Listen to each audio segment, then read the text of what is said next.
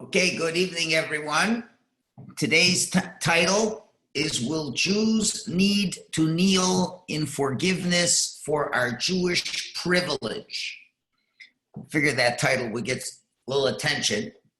I may go a little bit over the half an hour today.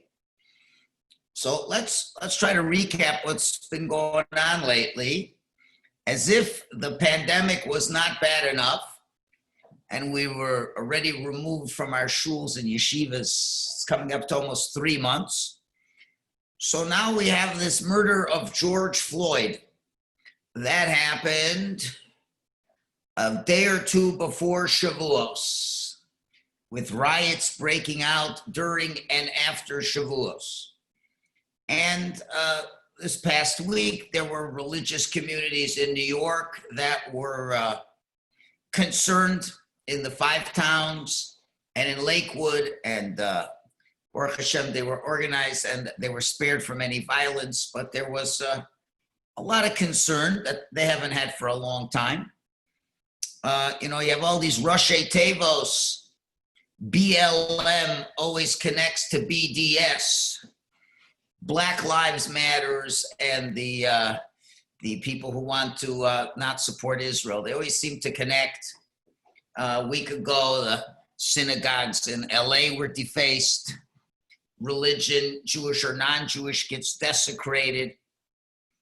And after being locked down for quite a while, many people are understanding, in hindsight, of course, that the method that they've used and the way they've done it clearly has not worked. There were smarter ways that things could have been done, which weren't done, which has led to a lot of free time.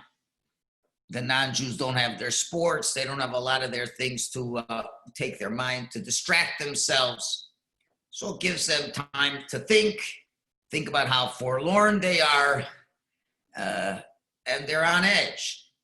And of course, we know that Lev Melachim Biyad Hashem, the hearts of kings are in Hashem's hands. And therefore, as law-abiding citizens have to practice social distancing, while protesters and rioters do not have to. Law-abiding citizens get summons and tickets, while protesters do not have to. I think that really got my attention the most, and everyone, has different emotional sunburn.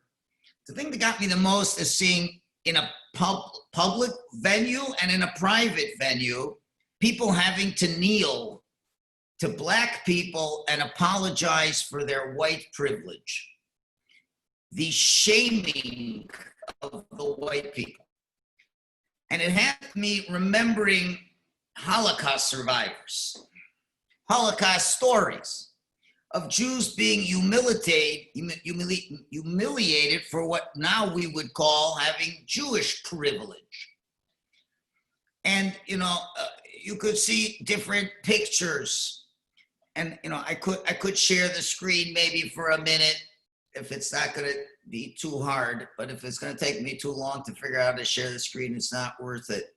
But you can Google and you could see the picture of Jewish rabbis having to clean the streets in Vienna when the Anschlus happened in 1938, May 12th, 1938. And the Anschluss is settled, and the Germans just walk in. And you see pictures of Jews kneeling on the floor, scrubbing the streets. As a matter of fact, there was a person who writes in magazines. He mentions that in 1988, they made a monument in Vienna, where the Jews were having to clean the floors. And an artist that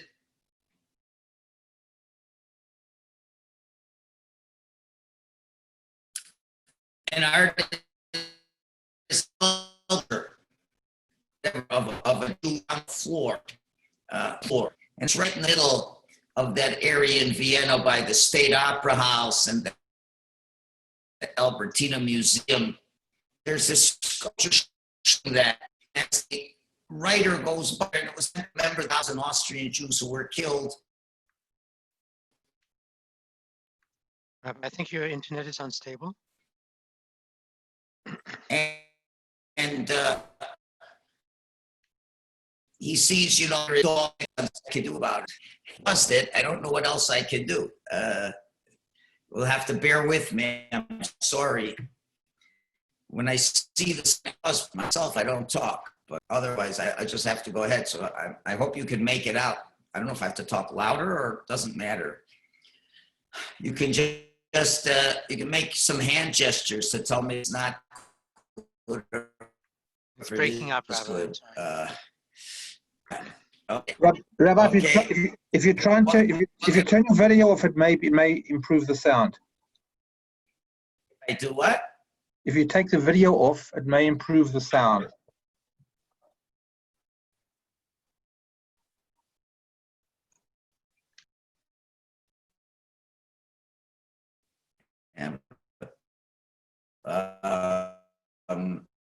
Well,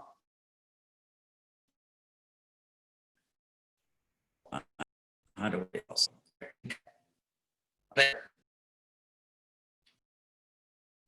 Is it any better than anybody? Not really. It's the same this way. Keep talking. I think that sounds a bit better. Try it with the video off, as David suggested. All right, I'm going to turn the video off. Stop video. Okay, so we're talking about the fellows mentioning how the dogs are relieving themselves on this. That is better, by the way, Rabbi. Much better. Okay, the dogs are relieving themselves on this not portrait, the thing over there that's depicts what's going on over there, and people are sitting on it. So it's like it doesn't really have any impact. Nobody really cares. And you also notice like all the facts that are being perverted, where this whole idea of the black lines and police brutality and racism and all this stuff, if you really look at the facts, nobody wants to look at the facts. You look at the real facts, and you make the percentages and everything, and you balance it all, and you really do it. There are more white criminals killed unjustly by the police than black criminals. It's not that many anyway. In a whole year, there were only 8 times where a person was killed, a criminal or a supposed criminal, whatever, by the police when he was not armed or whatever. And out of the 8, there were only really 4 times that the police were really wrong, okay? But in general, more white criminals are killed than black criminals, and that's taking the percentages. We know there's many more white people than blacks, but white criminals versus black criminals, that's the number that matters. More white are killed. You can listen to Candace Owens. She's a black woman, and she mentions how unlike the black people are. It's totally lies. That's what it is. This whole thing is based on lies. Sounds very scary. Perversion of facts is what happened with the Jews in the 1930s. And you see, this is all moving ahead quickly from sanctuary cities. That was a few years ago. Now people are suggesting to defund the police, and the liberals want to have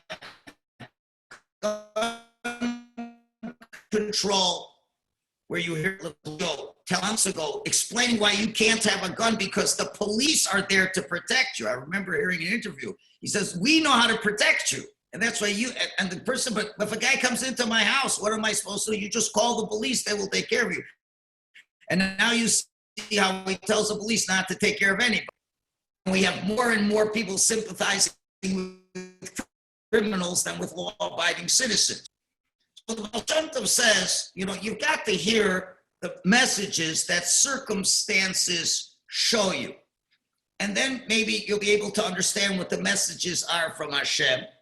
And certainly you always try to connect that to the Parsha. And the Parsha lives with us and tells us what we should be doing. Okay, is it clear for everybody now? Is it coming through clear enough? Yes, no? Yes, yes, very good. Okay, thank you. So I guess we'll just go without seeing my beautiful face. Okay, that's fine. What a shame. Okay, anyway, let's all mute. Okay, so I think everyone's hiding their face as well. yeah, okay, that's fine. So just listening to me. Anyway, let's go to this week's past Parsha. We know that Levi had 12 sons, was one of the 12 sons of Yaakov. He had 3 sons, Gershon, Kahas, and Merari. And these were the 3 primary tribes, families within the Levites who were not counted together with the Jewish people. They were counted separately, and they had different jobs to do. And I don't want to go into those details, but last week's Parsha, the beginning of this week's Parsha, when it talks about counting them, these tribes. So when you look in the Chumash, you'll see 2 glaring differences. When it's talking about the family of Kahas, it says, Nasol es rosh b'nei Kahas mitoch b'nei Levi. Make a count of the sons of Kahas from amongst the children of Levi, l'mishpachosam l'beis avosam, by their families according to their father's houses. The second time, when it's for b'nei Gershon, it also says, Nasol es rosh b'nei Gershon, but then it adds, Gam heim, also them too. Leveis avosam l'mishpachosam, following their father's houses according to their families. And then you have the third one, the B'nai Merari, it says, B'nai Merari l'mishpachosam leveis avosam tifkodosam. As for the sons of Merari, you shall count them by their families according to their father's houses. Now, what you see from this is 2 glaring differences here. By Kahas and Gershon, it starts with the word naso, which we translate as to count, but the literal meaning of the word is to raise or to lift. And in that context, when it's referring to making a census, it's designed to accentuate the value of each individual counted, to lift up their head. But strangely, though, while the word is used for the first 2 families, when it comes to Merari, the standard word for counting, tifkod, is used with this family, and no heads are uplifted. That's the first thing you can note. The second thing, by the first family of Kahas, although they start with the words naso, so by Kahas, Moshe is told to count them. But when it comes to Gershon, it says gam heim, them too. It's almost like an afterthought. Yeah, you also count Gershon. Why didn't it say also them? So is somehow the counting of the people from Gershon secondary to that of the Kahatis? Just say, take a census of the children of Gershon, the same thing as Kahas. So there's an incredible pshat from the Chassam Sofer of Moshe Schreiber, who lived in the late 1700s and the early 1800s. And he says these 3 Levite families represent 3 phases of Jewish existence. And the dedicated servants in the temple, the Leviim, they are representative of the Jewish people as a whole. They were not numbered amongst the 12 tribes. They had their census taken separately because they're not associated with a particular part of the Jewish people, but as the agents of the entire nation. And the names and the function of those 3 families, Gershon, Kahas, and Merari, says the Chassam Sofer, can be understood as alluding to 3 phases in the story of the Jewish people. And let's briefly review what those are and see what the message is. Kahas comes from the words kehillah, to gather. Gershon is the expression of expulsion. And Merari means bitterness. So let's take a look at each one. The first to be counted, and the family was charged with carrying the holy vessels of the Mishkan, was the family of Kahas, which means gathering. It means it represents the Jewish people in their most idealized state, unified and gathered in their own homeland, integrated and linked by a shared geographical and spiritual identity. Kahas symbolizes the times when our family were gathered together in Eretz Yisrael, their deepest spiritual and national potential expressed in the spiritual epicenter of the world, the Beis Hamikdash Yerushalayim. Now take a look at the names of Kahas. Look at what the names say. The names were of his children, Amram, Yitzhar, Hebron, and Uziel, which fits that same pattern.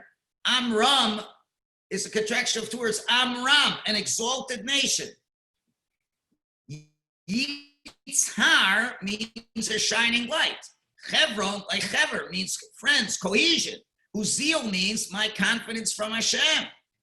So this whole tribe embodies one phase of Jewish history, where the people were united, exalted, glowing, connected, and confident as Hashem's ambassadors to sanctify his world. And when the census of the mission of Kahas is introduced in the Torah, it makes sense that the word naso, lift up, is used for this elevated state of the people. Okay, now we go to phase two. But Jewish history was not one long blow. Phase two of our narrative is encapsulated in the name of the second family of Levi, which is Gershon, which means expulsion. In the Gemara, a divorce which creates a separation between two is called Gerushin. It's like Gershon. Gershon symbolizes the era when the Jewish people were banished from their homeland, separated from Hashem's home and his temple. The destruction of the temple and the expulsion of our people occurred because of the lack of Kahas, the lack of unity and respect for each other, and because of our estrangement from our unified moral and spiritual mission. You can imagine how hard it was for the Jews when the first Beis Hamikdash was destroyed. The Jews just found themselves lost. And what hope could they have to continue as a people? But that answer began to take shape soon after the expulsion. Even though there was no temple, there was a strong memory. And in Bavel, the Jews began to gather to expound on the Torah. They articulated a collective hope to return and recall the Beis Hamikdash and its service. And the prophet Yecheskel was one who shaped that vision. And he talks about this idea. The Navi says, Hashem says, although I sent them far away among the nations and scattered them among the countries, yet I have become to them a mikdash ma'at, a small sanctuary in the countries where they have gone. The Beis Hamikdash was destroyed, but there be a miniature, and that's the Shul. And the Shul has been always one of the most remarkable icons of the Jewish story. And the Shul became the Jerusalem in exile, the home of the Jewish heart. And that was what everybody wanted. So this is really the story of Gershon, the Jewish story in exile. Despite physical expulsion, military defeat, loss of political and spiritual sovereignty, our people succeeded in keeping the memory of Yerushalayim and the Holy Temple alive.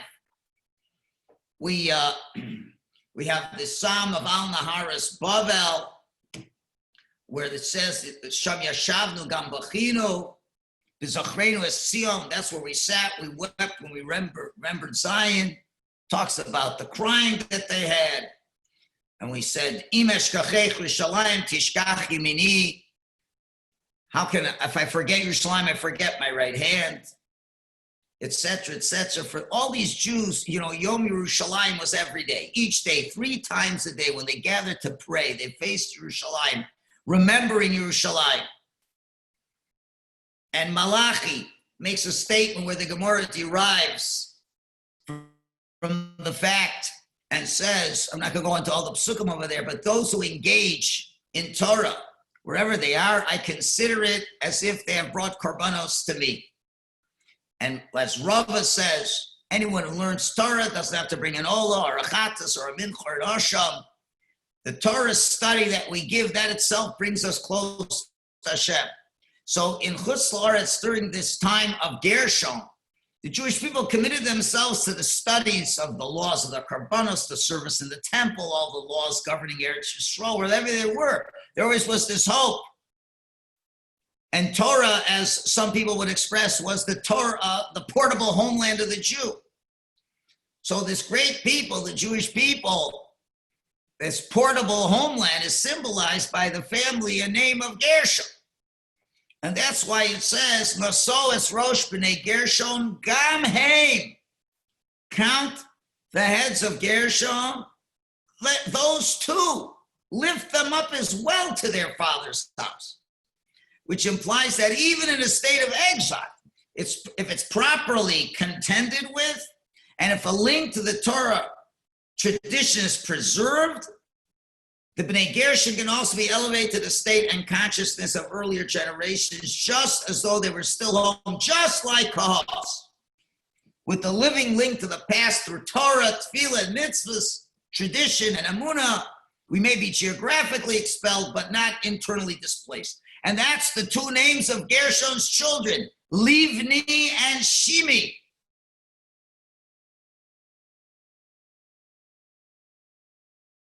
To cleanse, to be atoned for.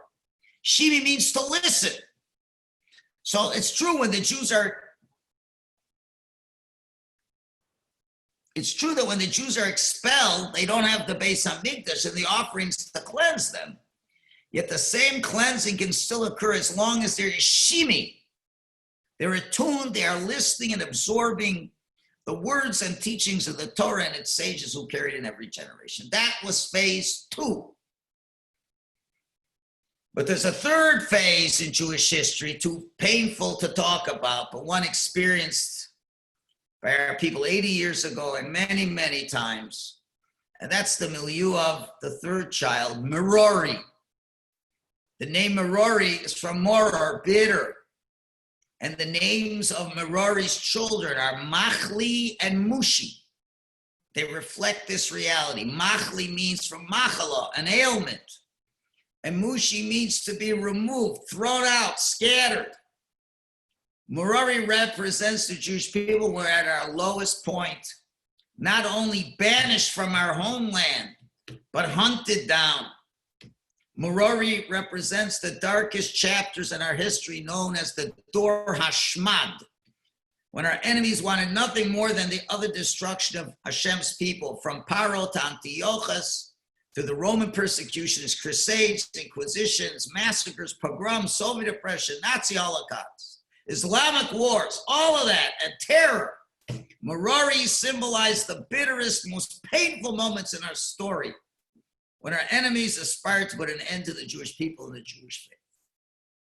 When it comes to Merori, it does not say those words of Naso. It does not say the words to count. It doesn't say that. It doesn't say any words of uplifting. There's no uplifting introduction. Unlike Gershon, we do not lift them up and link them to their fathers or to their past. And the question is why? So the Chassam Sofer, because they are infinitely higher than their fathers. They do not need to be uplifted since they can't reach any higher. The Gemara goes as far as discussing about the martyrs in Lud. It says, no man can stand within their spiritual realm. These Jews who had to drink from the cup of bitterness are the greatest and holiest of all. There's no equals to them. To be in their presence of these people who went through the worst times, it's unbelievable what kind of level they reached. These were the Jews who, instead of witnessing the Yetzias Mitzrayim, they witnessed Auschwitz, and instead of the splitting of the sea, they endured Treblinka. Instead of the manna from the heaven, they lived through Dachau, Bergen-Belsen, and Mauthausen. These are the real Jewish soldiers who protected the Jewish people, etc., etc. These people, through their very bodies, their very existence is the holiest of the holies, the great Kiddush Hashem that came from them. That's why when it comes to the family of Merori, the Torah does not say lift up their heads to their fathers' families, as they transcend all previous generations of Jews. The very blood flowing in their bodies for which they've been targeted, that projects unparalleled holiness, godliness, and goodness. Unbelievable pshat from the Chassam Sofer, lived 100 years before the Holocaust. This is all an introduction now. Here's the question we have to address. Which phase are we in right now? Clearly not in phase number 1. We haven't been in that phase for nearly 2,000 years. We have historically vacillated between stages 2 and 3. 3 months ago, we were clearly in phase number 2. Now we're in a stage that it's not really stage number 2 or stage number 3. I mean, either we're going to get back to stage 2 or chas v'shalom, slip into stage 3. We're not in the shuls, and it's so much harder to learn. And as time moves on and the weather gets better, I'm finding less people are learning, although we had more in the beginning, but less are listening to the Torah now. We're hoping to come back to stage 2, but then again, we are being shown so many horrific images of bordering on stage 3.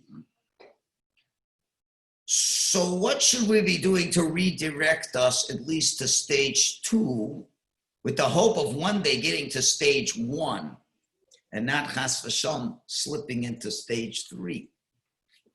Well, what did the Chassam Sofer say? He said, what were Gershom's children's names? Livni and Shimi, that reflect this struggle and the ability to contend with the Goliath. Yeah. Livni means to be cleansed and whitened. Shimi means to listen.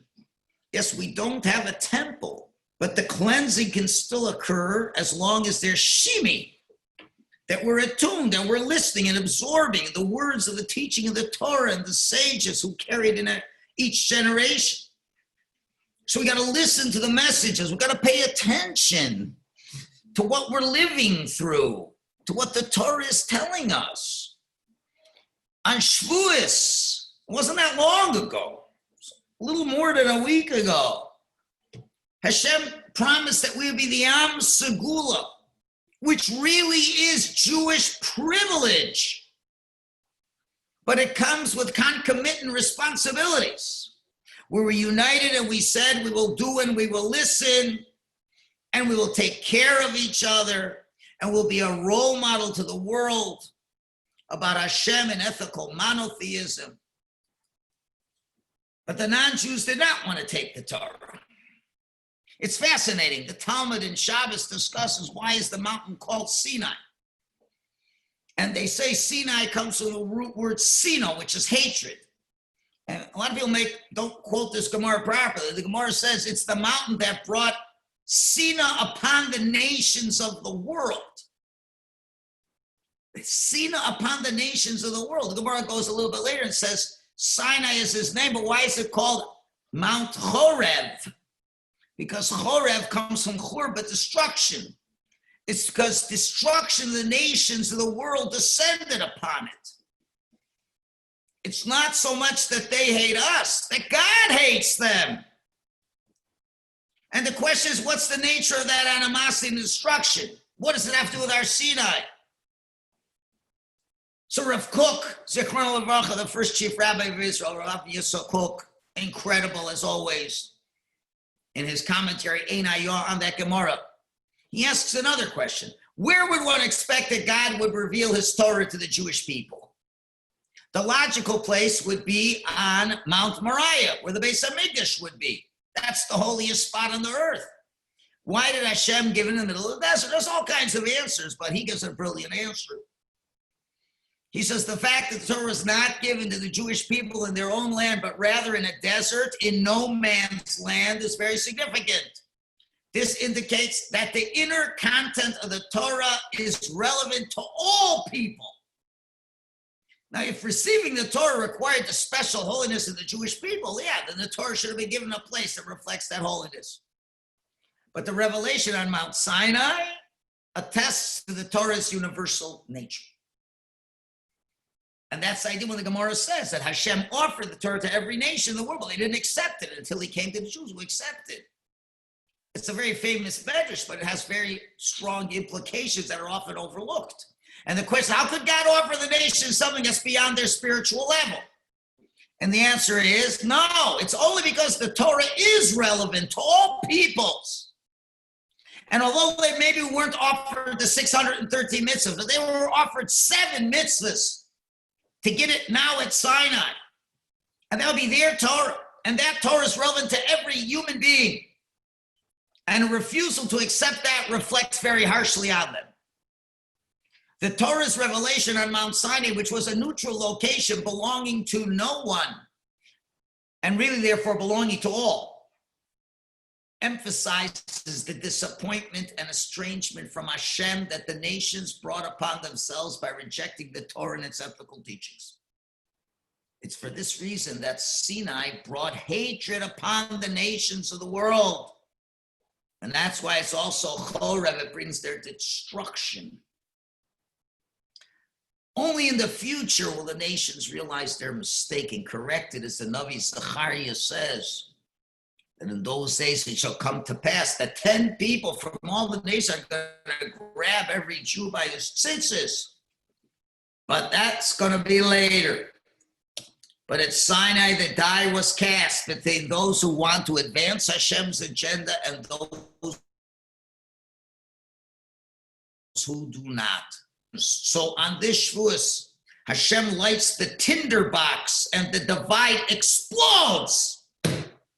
We see the difference between those who accepted the Torah, who do not riot when we are the victims of anti-Semitism, and when the person who kills a Jew on Hanukkah, they're going to just let him go.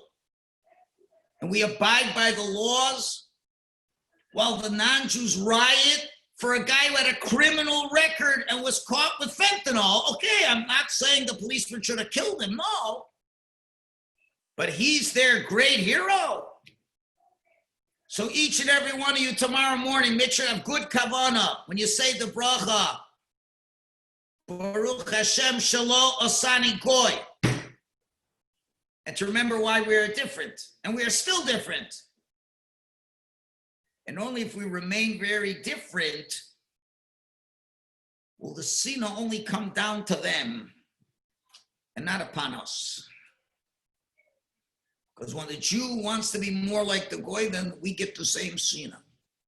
And the question is, are we attuned and are we listening to get ourselves back to phase 2 at least? So let's just notice a few things that are happening over here. Maybe we should think about these things. Okay, we have to go out of our homes, and although we aren't, but others are going back to Shul. Everyone's got to wear a mask. It's interesting, you got to wear a mask. What is the mask covering? It's covering your mouth. It's not just for health reasons. You know, Hashem gave us 2 guards to our mouth. Thanks for helping. Our teeth and our lips. Doesn't seem to be enough of a guard. So Hashem says, maybe put a mask on also. Maybe you'll talk a little less Lashon Hara, a little less wasted words, Divrei Batala. There's another thing we're hearing a lot about, racism. That seems to be the word everybody's talking about. So as Jews, we have to wonder, maybe we're guilty of subtle forms of racism, not necessarily against blacks, but how about against other Jews? Hasidim, how they view Misnagdim and vice versa. Zionists, yeshivish people, those who go to the army, don't go to the army, religious people, secular people, Sephardi, Ashkenazi, my shul, my community versus your shul, your community. You know, there are all types of narratives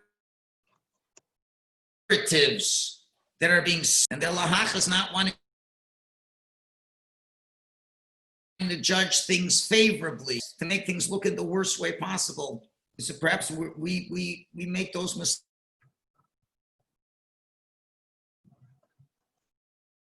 mistakes too. When people have so much free time and there's nothing to do.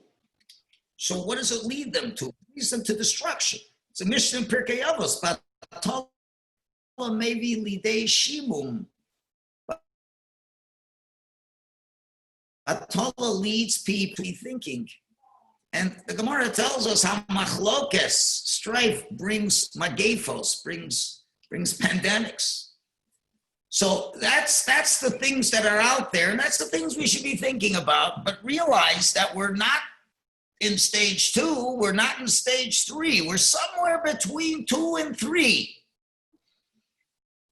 And even, God forbid, if we're on stage 3, we don't have to be carried up.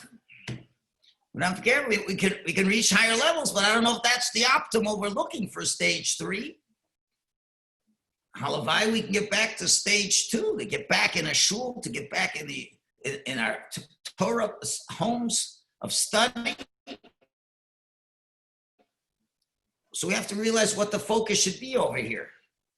They tell a story with the Satmar Rav, Rabbi Yoel Teitelbaum, when he came to Eretz Yisrael, a Jew came and asked him for a bracha before he left. And this Jew expressed his fear that after the Satmar Rav returned to America, there wouldn't be anyone worthy to ask for a bracha. The Satmar Rav told him, go to any Jew who has a numbered tattoo on his arm, and he also wears tefillin on that arm, and you can ask him for a bracha. Because if you're looking for a tzaddik, go to a Jew who has a number. That's one tattoo story. Now there's another tattoo story. There was once a Baal Tshuva who was coming back to Yiddishkeit. And in his younger days, his wild days, he had a humongous tattoo etched on his body. So as he was becoming more religious, he avoided all situations where it could be seen because, tattoos are not a cool thing in Judaism. So it was Erev Yom Kippur, and it's the first time he's going to go to a mikvah where there's so many men in the local mikvah. And he had a whole strategy to come early and jump in swiftly, avoid the rush and not being seen and having to towel for himself. Well, anyway, his worst fears were realized when while hurrying on the slippery tiles of the mikveh, his feet flew from underneath him and he slipped. And trying to get himself together, people wanted to help him, and he couldn't help but notice that disgusting tattoo. As a real hush. The guy's so embarrassed, no one's trying to embarrass him. And then an elderly man who's in the mikveh comes over to him, also without any clothes on. He takes his hand to the young fellow. He stretches out his hand and he says to him, look, I have a tattoo also. These numbers were needled into my arm when I entered the gates of Auschwitz. Let me help you get up. And he said, this was my taste of hell. Each of us has had his challenging past. Now let's go into the water together to begin a new future. So that's where we're at right now. We're at a very, very scary crossroads. And as much as, we would have hoped that being not in shul alone for so long would have jarred us into a new reality. But I guess a lot of people are focused on a lot of minutiae of halacha as opposed to the broader understanding of what it means to have a relationship with HaKadosh Baruch Hu. And we have to realize that Hashem wants our hearts. He wants us to get back. It's not just to get back to be in a shul, but it's to have the feelings that David HaMelech has when he davens. Where can you really feel that connection to Hashem? What are the commitments going to be as we're going forward? And coming back to that vision that's sitting in front of these black people, shaming them. Coming back to that vision of the great rabbis in Austria. So I'll close with one last story. It's a two-part story. It's incredible. I knew the first part of this story, but the second part I didn't know till more recently. Now, in Yom HaAtzmaut in Eretz Yisrael, there's different political feelings. You got the very strong Zionists. Then you got, some Hasidic and Yeshivish people not as strong about that. Anyway, this story is about the Sadegura Rebbe. The Sadegura Rebbe, who went through, I think someone has to mute themselves, who went through the Holocaust. And on Yom HaAtzmaut in Eretz Yisrael, the Sadegura Rebbe would leave his shtibel and go to the great synagogue in Tel Aviv. And there he would join all the congregants to say Hallel with great joy. And after the davening, the Rebbe would join the dancing outside in the streets, clasping hands and dancing. And it was obvious that the Rebbe of Sadegura felt a special joy on Yom HaAtzmaut. So one year, one of his Hasidim got the nerve to ask him a question. And the answer he got was unbelievable. And he wanted to know why the Rebbe is doing this. So he said like this. And there's really a second story that goes with this. There's a second story that didn't happen on Yom HaAtzmaut. And it was very early, like 4 o'clock in the morning when it's still dark. And the first people are beginning to make their way through the cobbled streets of Eretz Yisrael to get to the early Nate's Minyan. And someone was walking by and they noticed a figure in the dark was sweeping the floors of Yerushalayim. And when the person got closer, he saw it was an elderly person. When he got closer, he saw it was the Sadegura Rebbe.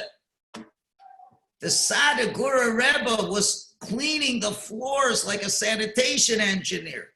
And the person says, Sadegura Rebbe, what are you doing? Please give me the broom. And the Rebbe said, no, I want the broom. He wouldn't give up the broom. He says, what are you doing? So the Sadegura Rebbe told this story, the same story in both situations. Although one, he only had to say the first part of the story. One, the other, you'll see what I mean in a minute. But he told them both.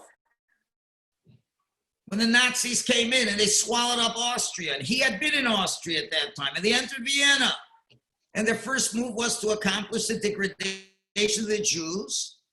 So as the rabbi of the Jewish community, they chose me, give me a big broom, and had me sweep the streets of Vienna. And at that moment, there's different versions of the story. Some say I had to take a toothbrush and clean the floors. Whatever it was a degrading job. Whatever the version of the story you heard. So then I say to myself, I'm a skion from a line of great rabbis. He said, what kind of bizoyon is this? How could I be put in this situation that I have to clean the streets of Vienna for the Führer? And that could get somebody depressed. But then again, the Sadegura Rebbe wasn't somebody like you and me. The Sadegura Rebbe pauses and he reorients his bearings. And he says, does Hitler own Vienna? And if it's all part of Hashem's world, then why should I be so upset that I'm cleaning part of Hashem's world? And then he starts thinking of a niggin. He starts singing, dance, he's sweep, cleaning the floor.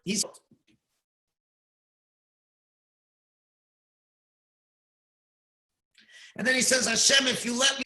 Now, of course, he turns on one story. He turns to the young fellow in Yerushalayim. says, of course, I want to clean up Hashem's world. I'm not going to do it at 7 o'clock in the morning. It's going to cause a commotion. People are not going to want the Rebbe to clean up. So I do it at 4 o'clock and when nobody's looking and you caught me. Okay, that's story number one. But then in the other story, the Yom Ha'atzmaut story, he added another point. He said, after I was sweeping the floors in Vienna, the Nazis shoved a Nazi flag in my hands and made me climb to the top of a tall building and plant their swastika atop the roof. And as I climbed, I turned to the Creator and said, Rebbe, may I have the merit to wave of Israel in a high spot in the land of Israel. And so I plant on my roof the flag of Israel Yom Ha'atzmaut with happiness and enthusiasm, thanking Hashem that he accepted my tefillos. So Rabbi Yisai, we have to remember it's HaKadosh Baruch Hu's world. We have to remember there's a big flag that we have to raise for HaKadosh Baruch Hu. And we're in times that are really serious. And I don't think all of us are getting the seriousness of it. And we were just saying, we'll just be fine. We'll just get back in the shuls and everything way back to normal. And Hashem saying, no. Not so fast. We've got a lot more things to think about. May Hashem help us that we think about those things and that we really make a conscious effort to switch ourselves to phase 2 and to be looking to phase 1 and to feel the great privilege and don't find things beneath our dignity and try to take care of things that we won't have to wear masks, that our tongue will be golden and only good words will come out of our tongues. And we won't be racists towards other Jews and that we'll love other Jews. We can pick up some of those messages, try to be more peace amongst ourselves. We'll be zoiche to raise that flag of Mashiach b'mheira b'yameinu, amen. Thank you for listening. I'm sorry if you weren't able to see me or hear me so well, but Mirz Hashem, Hashem should give us hatzlacha that people will hear the message. Amen. Shkoyach, Rabbi, that was fine. Thank you. Thank you so much, Rabbi. Wait, Okay. Take care. Well, You heard, I'm going to buy a flag and go put it to Israel. yes, we heard loud and clear.